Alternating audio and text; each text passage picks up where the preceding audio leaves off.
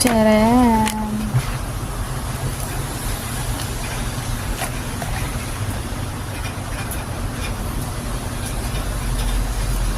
Merienda time! Ito, gawa tayo ng merienda. Ay, bumili tayo ng merienda. Tapos, lalagyan natin siya ng, ano to? Tcharam! Ano yan? Pansitan. Ayan, pansitan yan. Sino milig sa pansit? Pag may birthday, diba? Yung iba, favorite yung pansit.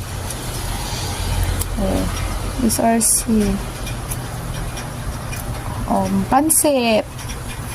Diba gusto niyo ng pansit? Ayan sarap kaya sa merienda yung pansit.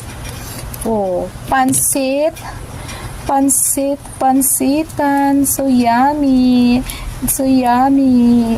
Ay, kulang pa to. Parang gusto ko pa. Pansit. Diba? Ano yung gawin nyo? Aray ko. Ay, may ugat pa. Yung iba ugat pa eh. Ito lang. Hugasan nyo lang ng mabuti. Kung may makita